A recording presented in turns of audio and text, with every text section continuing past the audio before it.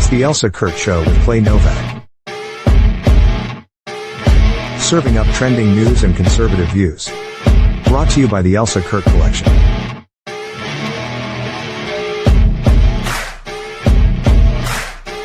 And Refuge Medical. And now, it's time for the show.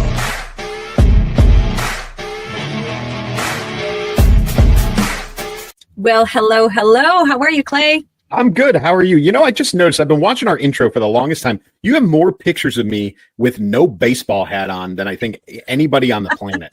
Just in that intro, because that's pretty funny. I'm always with the baseball hat. Always. You know what? We need more with the baseball cap on because it's more reflective, right? It's purely by chance. I just pulled what I pulled. Isn't that funny? Yeah.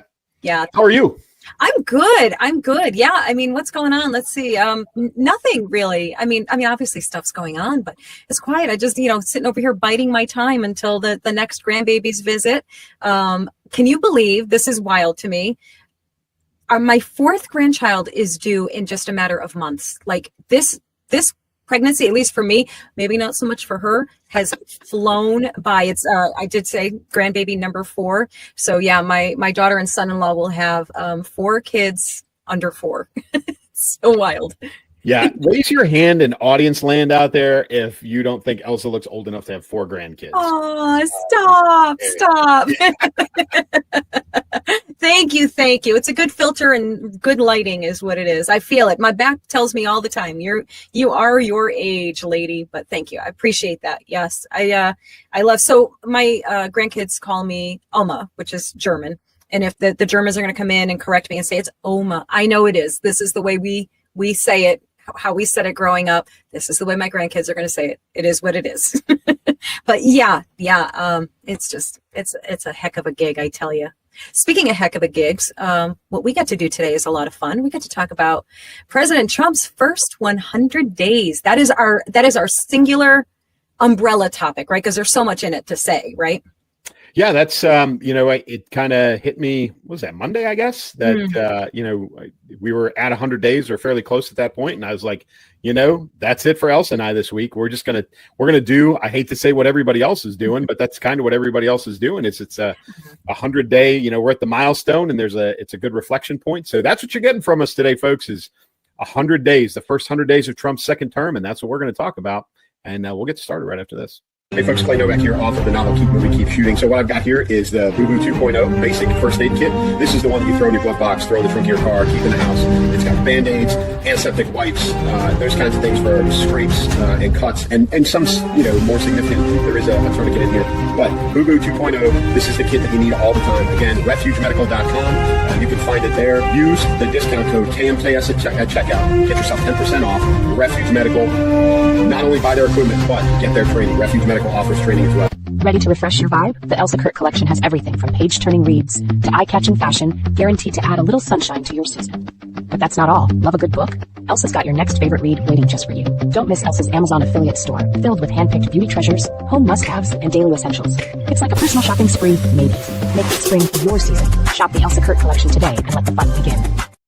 Well, if you believe the alphabet media, which I've taken to just referring to them as, because everybody's like mainstream media, legacy media, but I'm calling them the alphabet media because that's basically what they are. But if you only listen to them, you are going to believe that America is in this horrendous free fall and we're on the brink of destruction and catastrophe and all the things. But Clay and I are going to kind of peel back all these layers here, and we're going to talk about these first 100 days. And we are going to be much more fair and hopefully somewhat unbiased about it and give the good and the bad, right, Clay? Yeah, I mean, you and I were talking before we hit record, and we were, oh, by the way, it's Wednesday. It's 4:30 on the East Coast. That's where we're at. So there's your time stamp. But we were talking about how, there's a couple of great articles out, or even some postings, I think, that you found on X, where we've got some solid evidence that the media, more evidence, I should say, that the alpha media, I like that, by the way, the alpha media is biased, and that even some of the polling is biased because it's taken out of context in the sense of, I saw a thing yesterday a poll, and I can't remember which one for the life of me. They asked the secondary question of not, primary question was, how do you think President Trump is doing in this first 100 days of his second term? And then they asked the follow-up question of, who did you vote for? And so, that singular piece of information matters, because when you ask a significantly lopsided population of people polled, that leaned towards not voting for President Trump, you're going to get a similar response. They're going to follow along. So, don't believe everything the polls say, folks, because they are easily skewed. And those are some of the things that we're going to talk about. Yeah. And, those polls it's just wild to me. And what's the most wild to me is that people believe it. They just run with it and think that's it. And I shared one of them. I think it was from ABC, who put him at like 39% or 36. I forget what it is now, right? Like approval rating. And then I got to think, I'm like, same thing you said. Hang on a second. I'm just curious about this. So did a little research here. I'm like, well, let's think about this. Let's use some critical thinking and think exactly what you did, which I know the majority of our viewers and listeners have already done the same exact thing and already dismissed polls like ABC's and all of the alphabet media polls that are, obviously so skewed. And I was able to pull up some different polling numbers, and let's see. So I've got them here. I'm going to tell you all what they are. Let's see. So I took some from some conservative and neutral sources. Okay. So, Real Clear Politics, 45% approval, 51% disapproval. Rasmussen, 49% approval. Epoch, depends how you want to say it, I guess. I've heard both.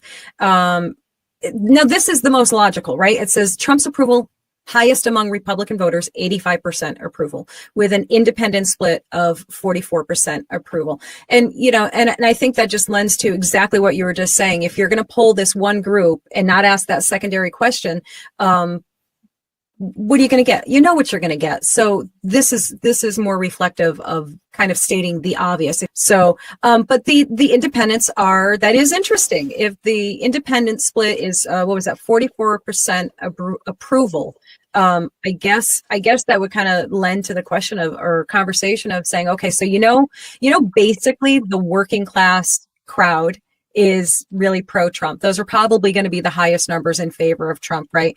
But there's a demographic that he seems to be losing. So what do you think that says about like his current strategy and what, if anything, he should do differently?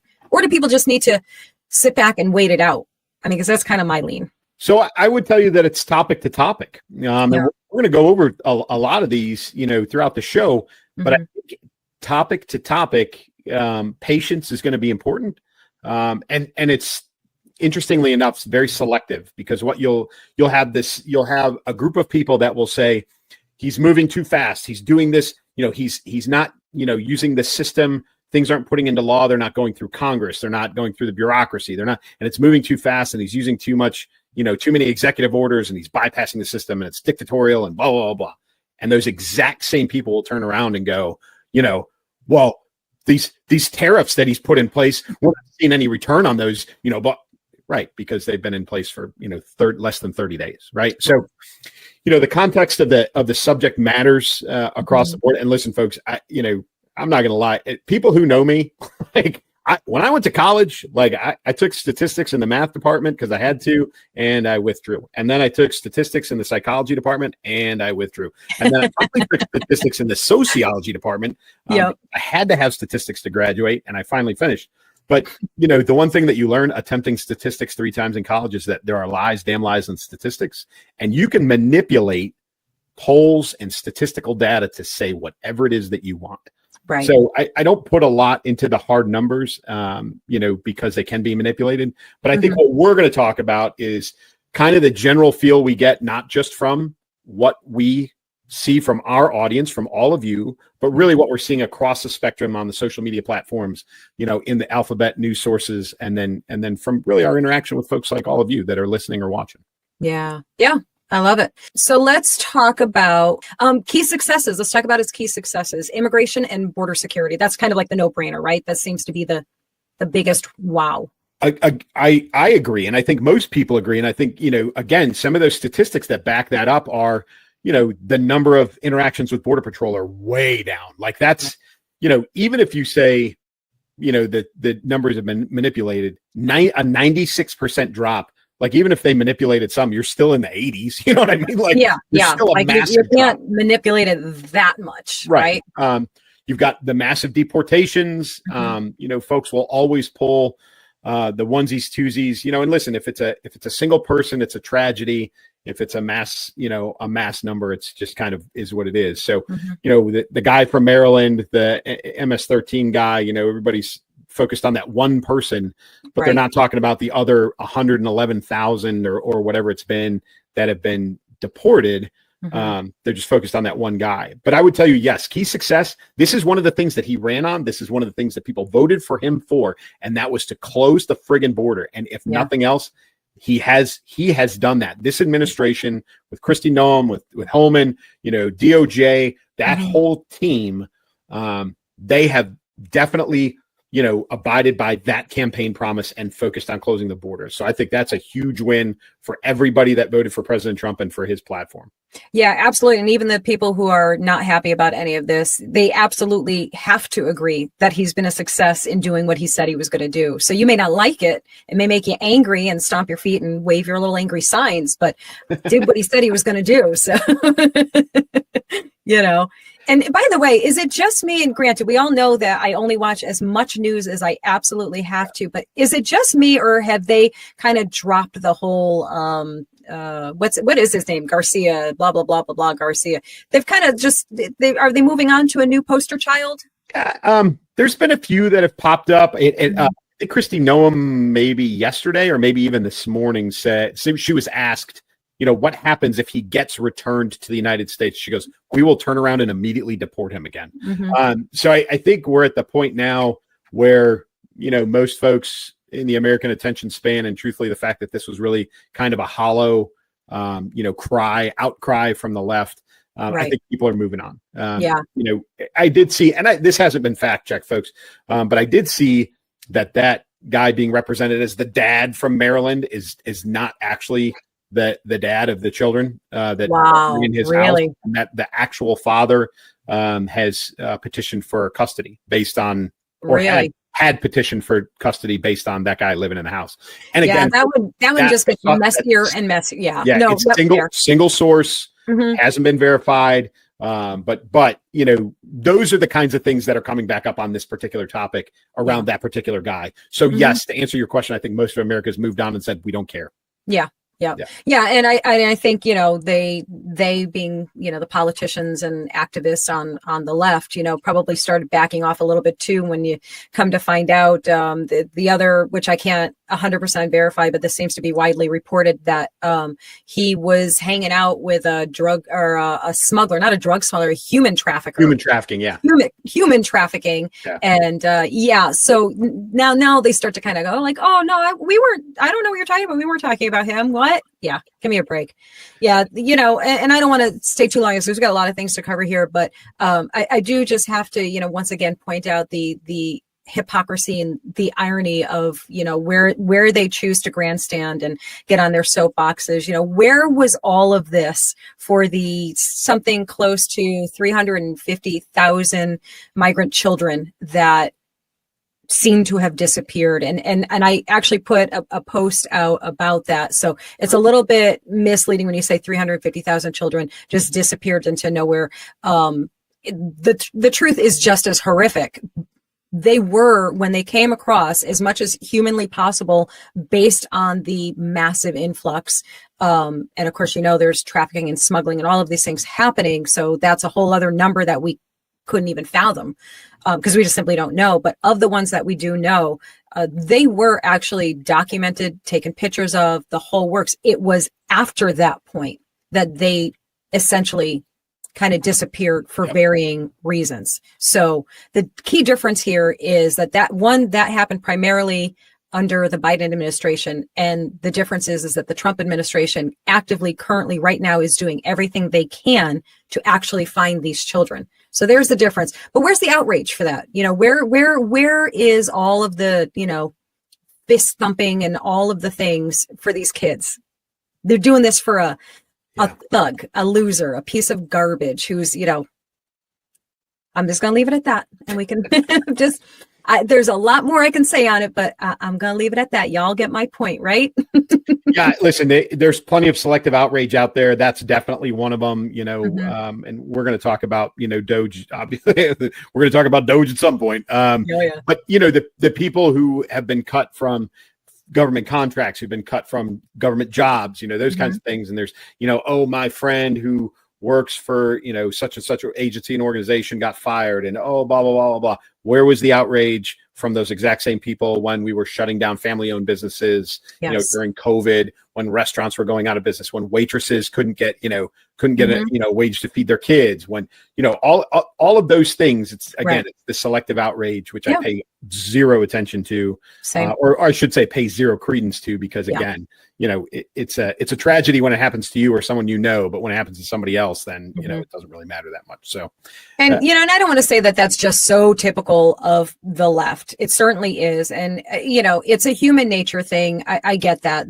unless something directly affects you, you just don't care like you should. There are atrocities happening all over the world of the likes that we here cannot even fathom. Like, we cannot even imagine the atrocities that are happening. And we hear little blurbs of it here and there on the news, like a split-second blurb of it. But it's like, it's kind of like watching a movie or a video game and something bad happens and you're like, wow, that sucks. Anyhow, what are we having for dinner tonight? If it's not you, you tend to not care. It's definitely a flaw in our behaviors for sure. But I could don't let me take us off on a whole other tangent, Clay. Don't let me do it. Okay. So the border, we both agree in general terms, the border's a big win. And again, that whole crew, the DHS, DOJ, Tom Homan, that whole crowd, they're doing a bang up job. And this is exactly one of the things that President Trump ran on. This was top of the list of his campaign, and he is following through and doing this. So, okay, that I think that's a winner. That's a winner right there. Yeah, and so I would tell you that Doge is another thing that we all, that those who voted for Trump, voted for. We voted for shrinking of the government, getting rid of government waste, getting rid of the overspending, and Doge has been the mechanism to do that with. Now, the question is, how do you feel about the way Doge is conducting business? And I'll throw that at you. Oh my gosh, that's a great question, Clay. It really is. So I am, my off the cuff answer is I'm fine with it. I'm good with it.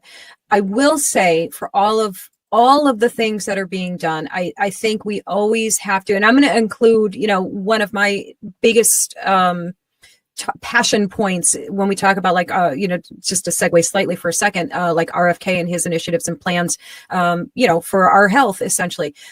All of these things, in my heart, I always want to make sure that is what they're doing constitutionally correct.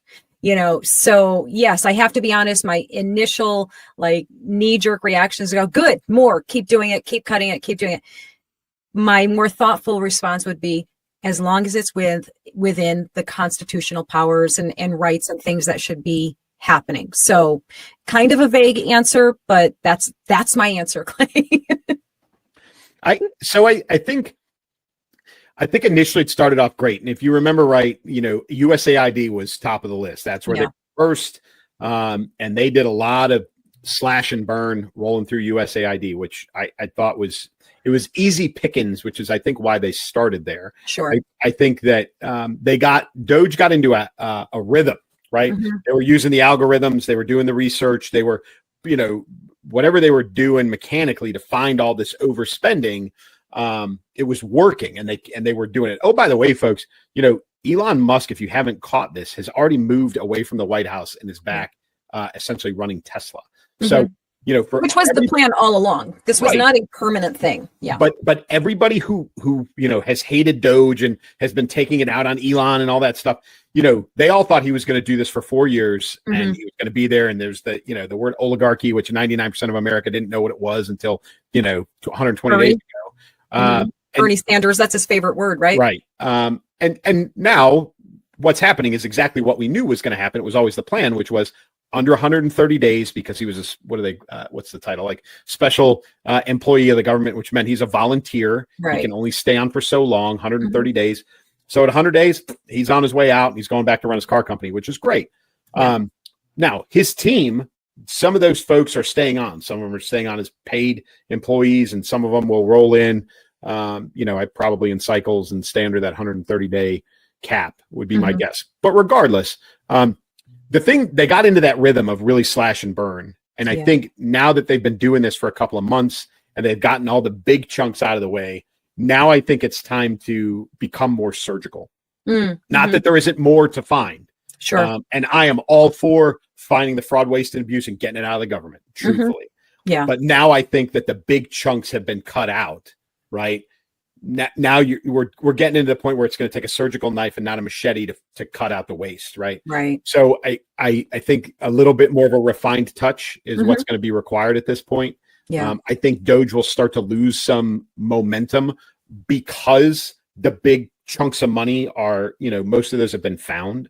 Right. But I think conceptually, a huge fan of Doge, everything that they did, the way Musk did it, the team of whiz kids, I'm a big fan of, and give them, I truthfully believe, give them access to everything. And then put them into protective custody after it's over with. But I think Doge is a win. But I think just, again, a little bit of appetite suppressant for everybody. Doge is not going to last forever. Right. They're not going to keep finding trillions of dollars or hundreds of billions of dollars out there because they found all of that. And now it's the small stuff. Yeah. It's served and is serving its purpose, which was to essentially clean the house from top to bottom. And then after that, and just like when you clean, once you've got it all clean, then you should be able just to maintain, right? Just keep up that maintenance work and keep a watchful eye to make sure that more clutter doesn't find its way in, and, dust doesn't settle into the corners. And, and I think that's probably, even though that's not the exciting part, of course, the big slashes and the big fines and all of those things are, that's what was exciting. And I agree, that was a really necessary thing for them to do because they needed the shock value to show America what the heck has been going on. But, kind of like you said, okay, that the big stuff is done. We got the big stuff out. Now it's kind of like the quiet, boring work of maintaining, and that's not exciting to hear about, but man, oh man, is it, intensely important. And I think, the thing that I want to see the most of in the most consistent way is the transparency. Even though this is not exciting to hear that they saved, when we're talking about like billions of dollars, well, we just, found $100,000 worth of waste in this area. Yeah, I know that's not very exciting, but I want to know. Who was messing around with our tax dollars, and I want to know that they got caught out for it. And so yeah, Doge is definitely, in my opinion, also huge win, huge success. I think. Go ahead. The only that just occurred to me in what you said is that you want to know who, right? I think we've seen a lot of what with this burst of Doge in the first 100 days. USAID, this program, this country, this program in this country, right? But what we haven't seen in any of that is personal accountability. Yeah. Right? And I think an overarching theme that I keep seeing all over the place is more arrests. Yes. Right? And I think that's, kind of an overstatement, but I think what we're all asking for is accountability of the people responsible. And I think Doge was not designed to do that. Right. So I don't hold them accountable, but I would have liked to have seen from their efforts more of that. I think I would have, and I don't know how that would have worked. Maybe DOJ walks in behind them, or maybe not. Yeah. Somebody in there walks in behind them and says, "You are responsible for this." This whatever whatever it was, the Sesame Street in Iraq or whatever it was. Like, you're responsible for this. You're the one who offered this up. It's a program under you. You've authorized the spending. You are being held accountable. That would have been, probably the icing on the cake. I'm happy with Doge and what they're doing, but the thing we haven't seen is names on dry erase boards saying these are the responsible people. We haven't seen that. Yeah. And I would imagine we speak for a lot of people when we say, I want to see that happen. That needs to happen. And, I'll give some leeway here. and acknowledging that in 100 days, there has been so much. We can't even cover how much, if you wanted to like itemize and go into detail about everything, this would be like a 8-hour show. We'd still be talking, you know what I mean? Because there's so many, subcategories of things that have happened, specifics. So we have to talk in kind of like generalized terms. So when you think of it, that the picture is actually so much more refined, the closer you go into it, I think it's fair to accept that we're not going to see immediate arrests and all of those things. I do very, very strongly hope that as things progress, that these arrests will start to come in. And it doesn't necessarily have to be an arrest. I want to see whatever legal accountabilities there are for things like that. And even if that means a public calling out, well, we can't do anything to you legally, but that's the guy right there, or that's the chick right there that caused this particular thing to happen. And we just want you all to know it. So I'm okay with that if they can't get them in a legal sense. But yeah, I mean, flogging in the public square, I'm okay with that. I'm good with that. Yeah. Some really, I mean, there's a lot to be said for embarrassment. Yes. I mean, to put somebody's name out there and hold them accountable for some stuff. I mean, that's it's interesting, kind of moving to the next big chunk. And that's, I kind of labeled it as education, right? Yeah. Because it's more than just DOE, because DOE was really, that was part of the Doge, part of the slash and burn, part of that. And Mrs. McMahon, heading up the Department of Education and shrinking it was part of it. But education as a whole spans a lot of things. And in the first 100 days of this administration, we've had a lot of education related things, don't you think? Yeah. Oh my gosh. Yeah. Yeah. A ton of things. And I have to be honest with you, as much hope as I had from the get-go for the Trump administration doing the things, I have to admit, I'm still shocked that some of these things actually got done, like the dismantling of the Department of Education. And like, that's amazing to me that an institution that has been around since the 70s. Is that right? Yeah. I know it was like Carter era there. That in just one fell swoop, essentially, it was like, and you're done. And you're done. Back to the states it goes. So when you really think about it, like, I think and I include myself in this, like we get these moments of frustration like that. It's something's not happening fast enough. Well, how come he hasn't done it yet? He said he was going to do it. It's been 100 days. There's so many things happening, and it's just wild. And again, and we've mentioned this a bunch of times since he's taken office. People are so their heads on the left. I mean, their heads are spinning. They don't even know what to react to in any given moment, because they start to react to this and then that happens, and it's all happening at the same time. So it's like they can't even, and I know that's very deliberate, right? It has to be deliberate because they don't know what to lose their minds over next. So they just generally lose their minds. Yeah. So, President Trump is, he went after the universities for anti-Semitism. Yeah. We talked about that last week. And then I just read a thing this morning that like Harvard did a big, we screwed up. They released a report, actually 2 reports, I think, that got melded into one, because they took anti-Semitism and then anti-Muslim. They had two committees that looked at it from both angles. They acknowledged that they screwed up, with their processes on campus, that it's not necessarily a safe place for either one of those, groups. What they need is more freedom of expression without repercussions from both faculty and students. And, so what you're seeing is, the impact of President Trump across, education. And this goes all the way down to like the Maine, the state of Maine and the transgender athletes. Yes. Yeah. He's like, listen, you're right. I can't control what happens in the state of Maine. I can make an executive order, but what I can do is I have the power of the purse and I can withhold funding, which is what he's doing. Yes. My home state of Illinois just stepped in and said the same thing, and they're going to pay the same price. Yeah. And so, he, from, again, transgender athletes in high school, all the way through the Department of Education, and in between, you've got university funding, anti-Semitism on campus, school choice. There's been a lot of movement under this administration. And again, that's just under the guise of education. Yes. So, has it all been a bed of roses when it comes to education? No, there's still a lot of, ground to be gained, but there's momentum because we haven't seen any of that. It's been momentum in the opposite direction. So again, we're seeing the turning of the tide, Yeah. which is just an amazing sight to see. And I think much of the country, whether they do so quietly or very loudly like we do, are just breathing that sigh of relief that, oh, my sanity is actually returning. Like, common sense is coming back, practicality is back. And again, we're not saying that people of different persuasions, I guess that's the way I'll put it, don't have a right to a peaceful life or any of those things. I want you to live a happy, healthy, fulfilling life along with the rest of us.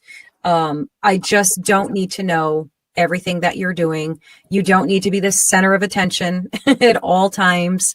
It doesn't need to be all about you. This is what's for the good of the country as a whole, not a very tiny percentage of the population that has managed to dominate essentially every conversation, you know? Yeah. And so we are starting to see a lot more pushing back against that, which is great. I think for the common American, you're starting to see a lot more acceptance of, what was before we took this huge left swing, normalcy, I think is what most of us would call it. Yeah. And you don't have to worry about being, I shouldn't say you don't have to be as worried about being attacked in public based on your beliefs if you're a conservative, which is good. We are starting to have, some more visceral reaction, which I don't like, violence and those sorts of things. J.B. Pritzker, the governor of Illinois, we talked about this, I think last week or 2 weeks ago, he did the whole, not a minute of sleep for all the Republicans. So, obviously that's, call it what you want. I think it's proof positive that what President Trump's trying to do is working. We start getting reactions like that, but we expect more out of our elected officials. Right. Yeah, absolutely. Let's talk about a couple more of his cabinet success stories. Doug Burgum.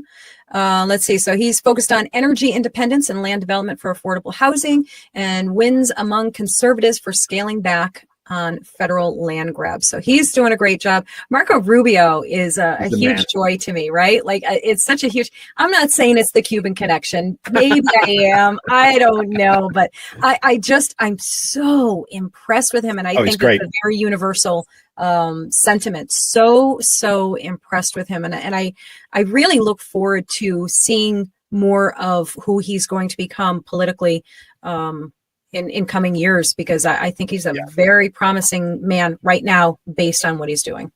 Yeah, this opportunity for him as Sec State has been huge for his future glide path. I mean, he is. You're right. He what was he? 99%, I think. Yeah. Confirmed, right? Yes. So everybody was in support of this.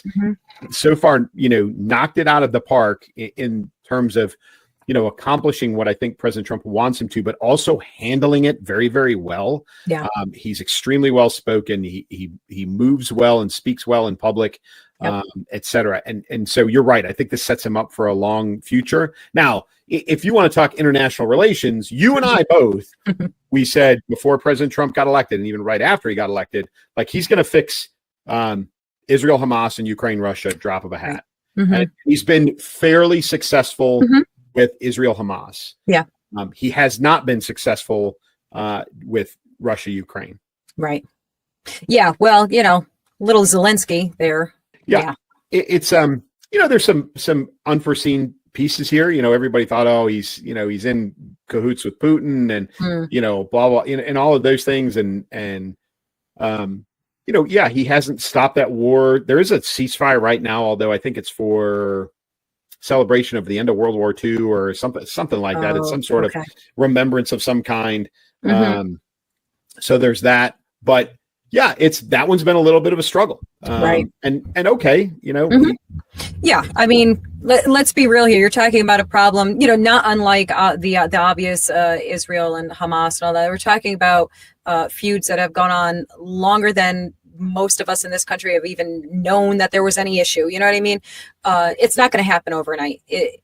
if anybody, but I'll be honest, my opinion is if anyone can make it happen, it will be Trump and the Trump administration who make it happen. And I think this to him being President Trump, I think this to him is just more incentive. Like he's not dejected by this at all. He's strategizing and working behind the scenes, and he'll figure it out. I truly believe that if anyone's going to do it, it's going to be him. Well, I think the most important thing for America is that he's not a war hawk. Right. And he wants this done peaceably. So yeah, and he's keeping us out of it, which is great. I think because under the Biden administration, we were headed down that path of, very slowly but surely increasing our involvement everywhere from, we're going to throw in this small piece under the NATO umbrella, and then by the way, we're actually going to throw in more than everybody else is, and then and we're going to get closer, and all of those things, and his mindset on this is absolutely not, which I'm all in favor of. So you're right, he'll get it figured out, and I think it'll come to some sort of conclusion inside of this 4-year administration before it gets handed off. It just may not happen as quickly as everybody wanted. Again, folks, 100 days. Right. But, he's ruffled some feathers other places. I mean, the election in Canada just day before yesterday, was proof positive of his. What do you think of him in the whole, like Canada and Greenland and all of that, and what he's done with those things? You know what? I'm a little bit torn here because, I think like a lot of Americans were saying, he's just messing with them. He's just messing with them, telling me Canada's going to be the 50%. But he just said the other day, he's like, I'm not kidding. Like, I'm not kidding. So, I don't know. I mean, I don't think we want Canada. No offense, Canada. I don't think we want you at this point because that's a lot of liberal votes there, clearly. So I don't think we really want them. But, I don't know. Is he messing with them or what, Clay? I thought he was. I thought it was a smokescreen. But when he, did a press conference their election day or the day before their election day, and that to me was not messing with them. I think he truthfully, I think what he was trying to do, I think, is he's trying to rewrite the alliance between the United States and Canada. I think he was trying to help redirect the, political trajectory within Canada itself. And it kind of backfired because, their Liberal Party retained power. They went from bad to worse, from what I understand. Like it really sounds like it. Yes, an idiot, and nobody could stand him. But it sounds like this guy, is it Laney, I think, that's behind him, something like that. He supposedly is worse. So maybe that one, put that one on the back burner for a while. We'll figure that one out. Just worry about holding them accountable for the northern border, kind of a thing, and the tariffs associated with fentanyl, and let go of it. Greenland's interesting. I don't know how that one's going to play out. That one, I that has to be a joke, doesn't it? It feels like it. Like I can't, the man's mind. Let me make some liberal heads explode. The man's mind is just absolutely brilliant. So whatever he's done, they're like, he's so dumb. What are you talking about, Blondie? You don't know. No, the man is pretty brilliant. So yeah, don't underestimate whatever it is that he has planned. I think it's, I don't know. I don't know what his strategy is here. People way smarter than me when it comes to this stuff need to weigh in and give their thoughts and opinions on this, because I'm baffled by it, to be honest with you.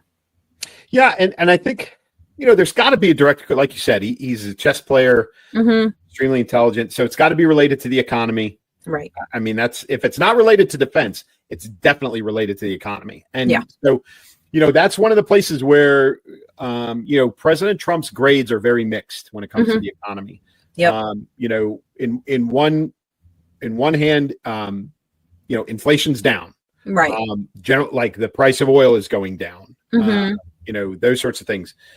You've got a lot of people who are afraid about these tariffs. The tariffs seem to dominate the conversation whenever you're talking about anything economic right now. That is the sore spot, right? That's the thorn right now. Everybody's freaking out. And that's the place where he keeps telling people to show some patience. Yes. I agree with him 100%. I do as well.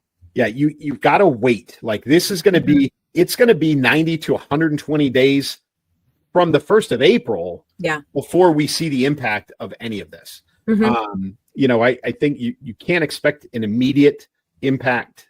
It takes a while, even for financial data to be collected and analyzed and all that stuff. So you're not going to get it right away. Although, some people did you see the Amazon thing where they were? Yeah, I did. Yeah. So they were going to, I don't know if anybody else saw that. Caroline Levitt kind of ripped into Amazon, Bezos, for apparently they were going to put a little block there to tell you what the cost for the tariffs would be on their items coming from other countries. They have since denied that they're going to do that. Is that correct? No, I don't know what you're talking about. What? Yeah.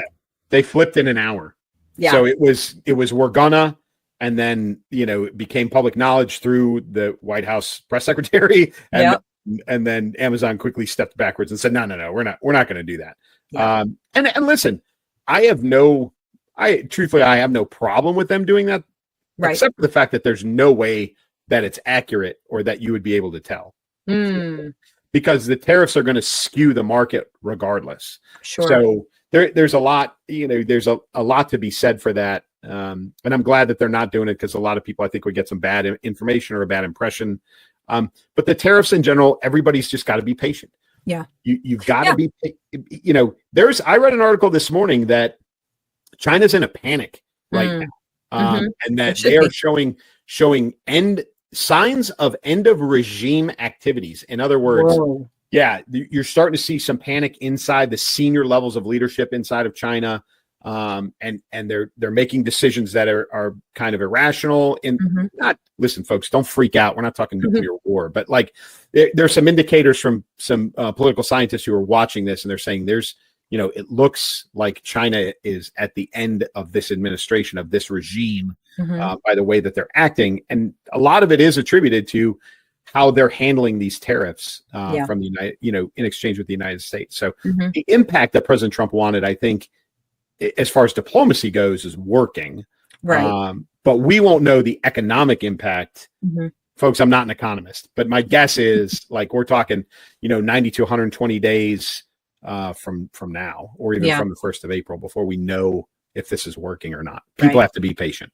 Yeah. And I'll tell you, and I know I'm not the only one who is saying this, and I feel this very strongly. I am willing to pay a bit more for a short period of time, if that means bringing more companies who have left and gone overseas, if that means bringing more American companies back to America, employing more Americans, having more American-made products, better, stronger, all of the things that are the entire point of what he's doing. This is his goal in a nutshell: America first, American made, all of those things. So if that means paying a little bit more, it's going to make me do? It's going to make me spend a little bit less on stupid crap that I don't actually need. So everybody, I'm sure your husband will appreciate. He will.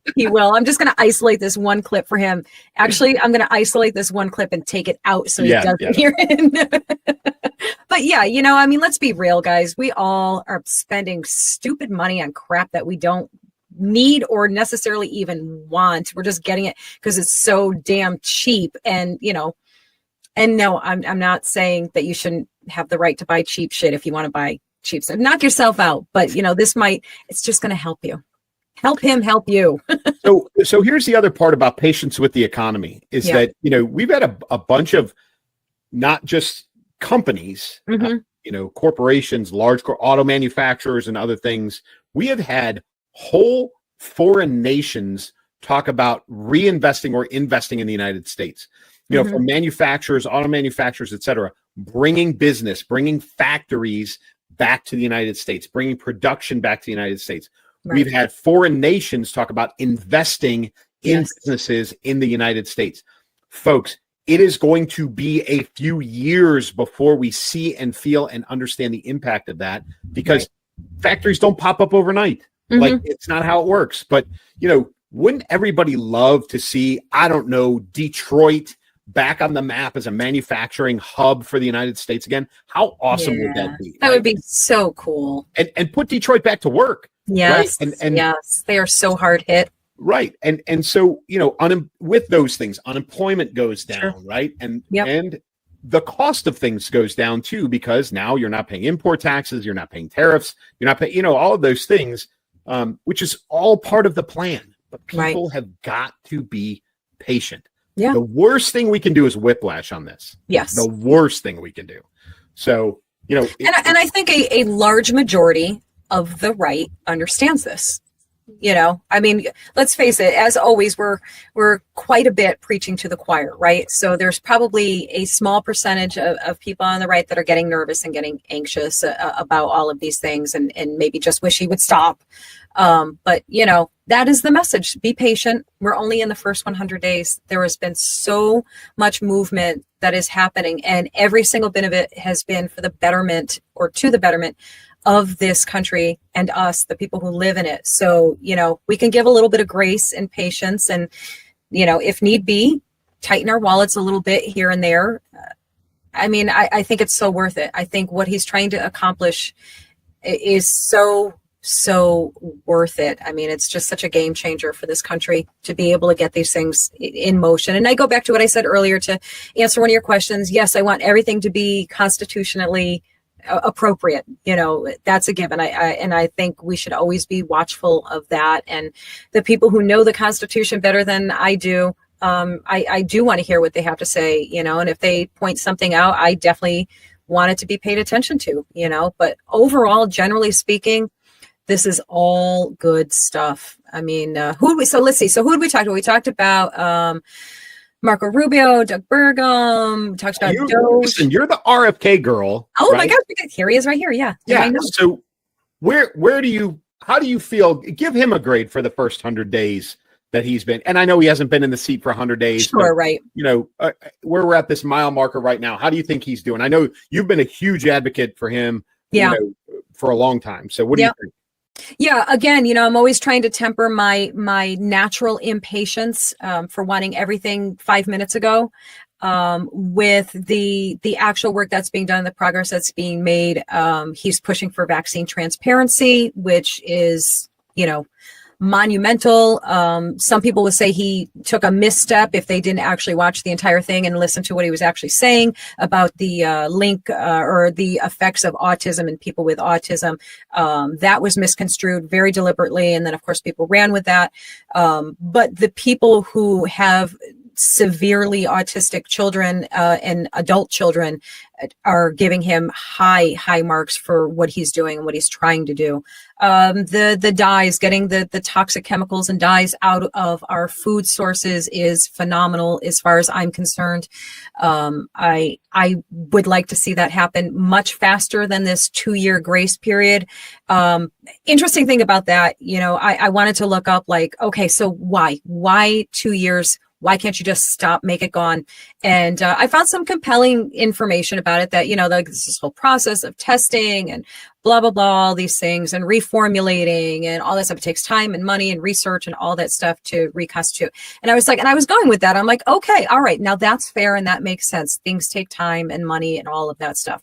Fine. But then a lot of people, and I posted about it, a lot of people in the comments like, yeah, how about just do whatever Europe's doing because it's already been figured out. And I was like, oh, well, now I feel dumb. Well, I feel like a dumb. So yeah, I'm a little torn on that one because I do have a problem with this 2 years to comply thing. So again, like we always ask you guys, weigh in. I want to know what you think. If you have more insight, better information than I do on that, and you can, you know, kind of qualify that whole 2-year thing. But at the moment, that would be the thing I have a problem with. Love that he's going to get the fluoride out of our drinking water. Again, 100 days in office, not him specifically, but it's going to take some time to get all the things actively rolling. I just hope it's not especially long. Just faster. But I'm patient-ish. So I'm pleased to answer, you know, to wrap up that long-winded answer. I am pleased with the progress that he's making. I'm looking forward to seeing more and more and more. Yeah, no, I think that's fair. And I think, you know, to your point of constitutionality, I think if there's anybody in this cabinet, you know, and I would put him on par with Rubio, if anybody's going to follow constitutionality and like the legal processes and look, you know, find a balance between, you know, taking care of American citizens and at the same time not bankrupting American companies, which would put American citizens out of work. Like, I think that's the way Kennedy's mind works. He's like, well, I could shut down such and such company and tell them, hey, you can't do anything until you fix this or you change this. You know, they're going to have to lay off, you know, how many thousands of workers until they and I think he's a guy who sees that and says, okay, we've been sucking down whatever this crap is for however many years. We can suck it down for another year and a half to make sure that we don't also put people out of work at the same time. So I think he's a guy like that. I think that, and the national, you know, that's a really great point. I'm so glad you said that, because that does add some more perspective to the whole conversation about that. And I think, you know, if we want to look at all the good points of this, one of the greatest points of this is that he's bringing this problem to national attention, where there was just, you know, pockets of people who knew and believed this to be a problem or a concern or an issue. And now this has gotten such national attention. And so, yes, within the next 2 years, y'all been told the stuff is known cancer causing agents are in this. It is linked to autism. It's linked to behavioral problems. It's linked to all of these things. You have the choice. If you want to keep consuming it, if you want your children to keep consuming it, keep buying that stuff, I guess, and, you know, until it's no longer available. But at least it's informed decision making, you know, and I think, again, and I you know, I do this every episode. I pick my word of the night, and my word of the night is transparency. You know, these companies, these corporations have to be transparent. End of story. So I guess if I had to do my biggest ask of RFK Jr., it would be to demand transparency. And not just this, you know, because we know what they do. We know what these corporations do, these food corporations do. They're required, you know, the FDA requires them, feelings about the FDA, by the way, but skip over that for time constraints. Yes, they are regulated as far as they have to put their ingredients on their labels. We all, if we're all paying attention, and maybe some people don't know, those ingredient lists are so manipulated. So when they're told that they can't use, I forgot what it was. It was corn syrup. No more corn syrup, you know. Oh, okay, no problem. We're not going to do that anymore. So they just renamed it and called it something else. You know, there's so many things in our food that's insane, like salad dressing. I'm going to get on a tangent. This is the only thing I'm going to say about it. Salad dressing has wheat in it. If you have a wheat intolerance and you're having salad dressing, odds are that's the reason why you're feeling sick, by the way, and everything else. But to wrap that up in a bow, I want the transparency. So, you know, you can't be calling something by a different name and trying to sneak it past us. So no more of that. So if he can do that, that would be great. I'm sure he's watching. Yeah, well, he should be. He should be. Yeah. No, I think he's another one that we've just got to wait and see. You know, we talked about Marco Rubio. We touched on DHS. We haven't really touched on defense all that much. And listen, folks, there's a lot of people who like Pete Hegseth for a lot of reasons, and a lot of people who like him for a lot or don't like him for other reasons. I think in fairness, and I'm not an advocate. That's not a secret, but you know, he's catching a bad rap for a lot of stuff that is well below his, you know, his eye line. Like, I don't know if you saw this.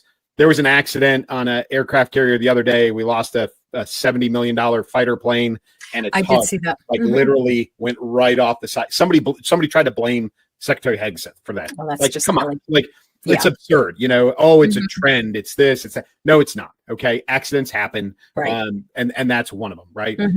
They tried to blame him for, and again, this is all perspective. They tried to blame him and the president for the helicopter crash. They tried to blame the Biden administration for the helicopter crash, right? We're now just learning, you know, what happened in that helicopter crash, and that young female pilot didn't respond to the instructions that were given her from an instructor pilot.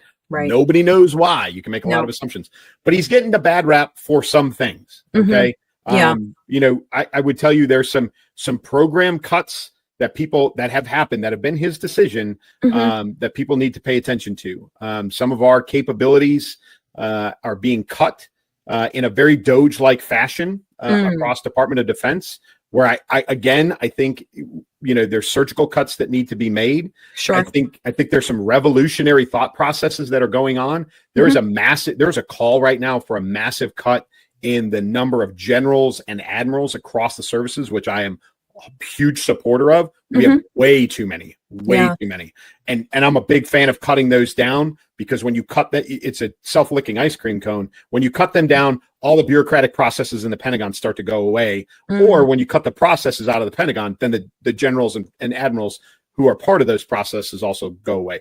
So Right. they're eliminating some of the bureaucracy. I don't like the slash and burn approach within DOD on the DEI stuff. There have been a lot of things that have been taken down and then reinstituted under this guise of eliminating DEI. Like, listen, when you take out, and this happened, okay, this is not,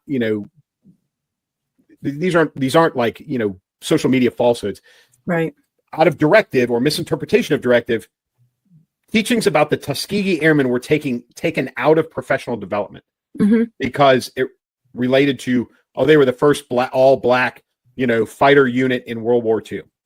Well, we're not focusing on, there were pictures of the first female, fighter pilot taken down. There were, and like that's dumb. It is dumb. Right. And I hope that is not the intent of this administration and specifically this secretary, but those things are happening because it's been massive policy shifts. And I think they've either been taken out of context, or if those were really if that's really the intent, I think it's a horrible decision. So, there's a lot of things going on. And I think, again, DOD is a place where the scalpel is required versus the machete. And I think there's been a lot of machete stuff going on. Right. And it could be a case of the, similarly to Doge, big splash, big, wow factor. And then let's take it down a notch and just do what we need to do a little bit more quietly. Because let's face it, when the Trump administration came into office, high expectations from all of us. And we were very, very demanding of what we wanted. And I think there was probably this sentiment that, like, listen, if we don't deliver huge and fast, we could lose people. So, there's got to be some strategizing with that. Like, let's come in like gangbusters, go big, wild. It's the 2-year mark, right? That's what everybody's been afraid of. And, and again, and one last thing about Hegseth is recruiting retention numbers are through the roof right now. Yeah. Right? Yeah. That's a huge pendulum swing from the last 4 years. Although recruiting is very high, I think retention is kind of at it's not bad. I think it's only improved a little bit. And I say that because there's a lot of people who were thriving in the previous, under the policies of the previous administration that are not thriving under the current administration, and they are choosing to leave the military. And fine. But retention is up and recruiting is through the roof right now. So good on them. Yeah. But back to your other point of coming in gangbusters, the 2-year midterm mark is the fear. Right. We got to get as much done, as we can in these 2 years before we potentially lose control of Congress, and therefore we won't get anything done. Right. So that's where I think, we're preaching patience, you and I, for the past hour. We've been preaching patience, and a lot of it matters. But the administration is moving at lightning speed because they feel like they're on a clock. Yeah. That clock ends at midnight after 2 years. And they're potentially going to lose control of Congress, and then everything comes to a screeching halt. So I think that's why it feels like everything's on fire right now. But overall, right? I think we're overall. Right? I'm, where are you sitting? How you feeling? Yeah, I mean, I still feel as energized and loyal as I did day one. Actually, we'll go further back than that. As long as he has been in political existence, this time around, more so than ever. My loyalty remains unwavering at this point. The cabinet always has my cautious optimism. And that includes, when we talk about that, as we know, and as we talked about earlier, I've been almost ironically touting RFK Jr.'s role from the get-go. And it's still the same mentality. It's cautious optimism based in high expectation that can shift on a dime if he's not doing what he's supposed to do. And that goes for any one of them. None of them have my loyalty. Trump has a great deal of my loyalty, but it's always conditional, man, right? Like, you got my loyalty as long as you continue to earn it. And that's been the case for me with Trump specifically. He has earned that loyalty as far as I'm concerned. I'm not speaking for anyone else.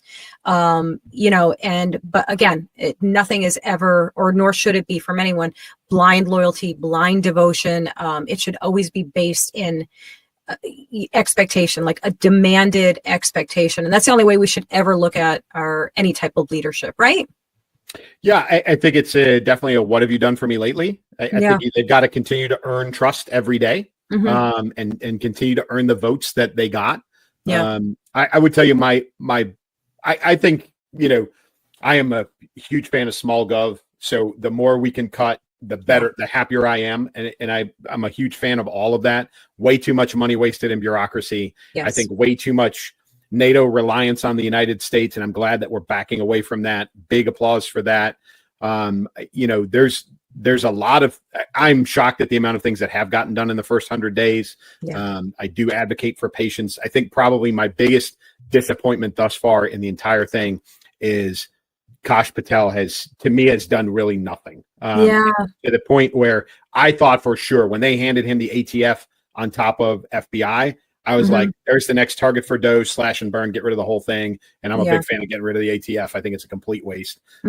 But literally did nothing to the point where they took it away from him and gave it to the Secretary of the Army to manage. Clay, what do you think happened there? What do you think is going on with that? I don't know. And I have zero insight. I have zero inside baseball on that one. I don't know.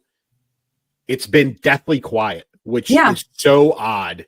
We really haven't heard anything from him since he took over. And I don't know if that's on purpose. It's an uncomfortable silence for me. And taking away ATF, the picture that painted was he's either overwhelmed or incapable or less capable than what they assumed.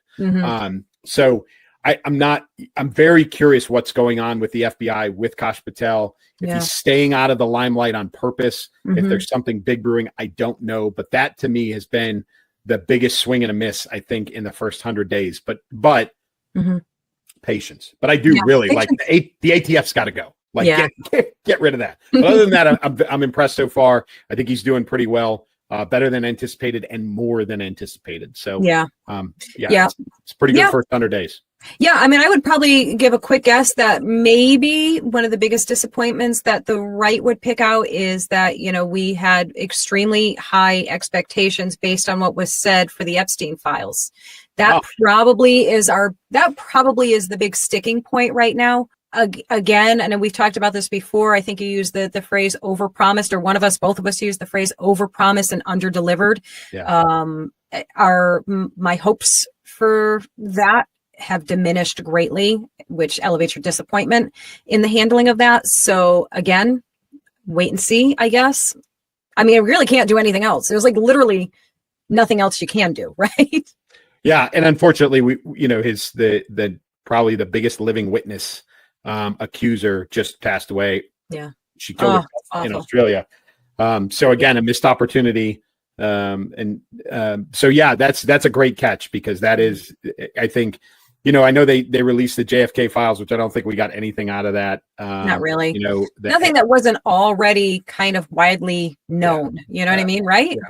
And we haven't heard anything on RFK or Martin Luther King or any of the rest, or Epstein. So that's a big swing and a miss too. That's a great catch, because that was touted as something we were going to get, and we haven't seen it yet. Yeah, that's so that's, I mean, I guess if I had to pick the disappointment in my eyes, it would be that one. Otherwise, everything else I have been overall pleased with and anticipate a lot more. That's the expectation. A lot more to come. President Trump is always promising. You haven't seen nothing yet. We've just gotten started. You haven't even seen anything yet. It's all just kicking in. And I'm going to give him the benefit of the doubt on that one, that we are going to be regularly blown away throughout this term. Yeah. Listen, folks, patience. And don't forget, in 2 years, when the midterms come, you got to vote as hard as you did, for the presidential election. Otherwise, all this stuff comes to a screeching halt. So, right. Yeah, that's probably going to be the next big challenge, right? To keep everyone fired up because that's what happens when everything's going well, going great, and you're happy, you get complacent, you get relaxed, and you're like, somebody else it'll be fine. We're good. Nope. Never assume that we're fine and that we're good. Always expect to be in the fight all the gosh darn time. I have one last closing thing to tell you that I keep forgetting to mention. I have a new book release coming out on May 6th. Yeah, I kind of forgot. And I know that sounds ridiculous.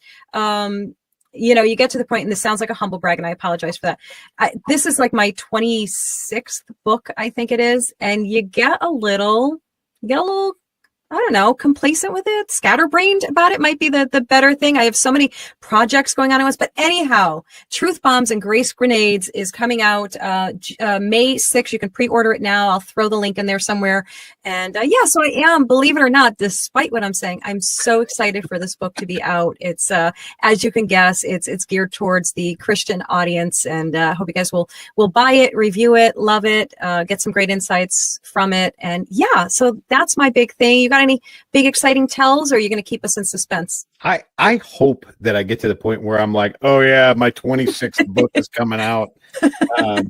No, I'm still on track. All my stuff's still on track. So we got, release of the second edition of Keep Moving, Keep Shooting by the end of May. And then the sequel, which is called Cross to Bear, will be out 4th of July. Still on track. Awesome. It's not 26. It's 2. But congratulations to you, lady. Thank you. Super impressive. I'm very, very happy for you.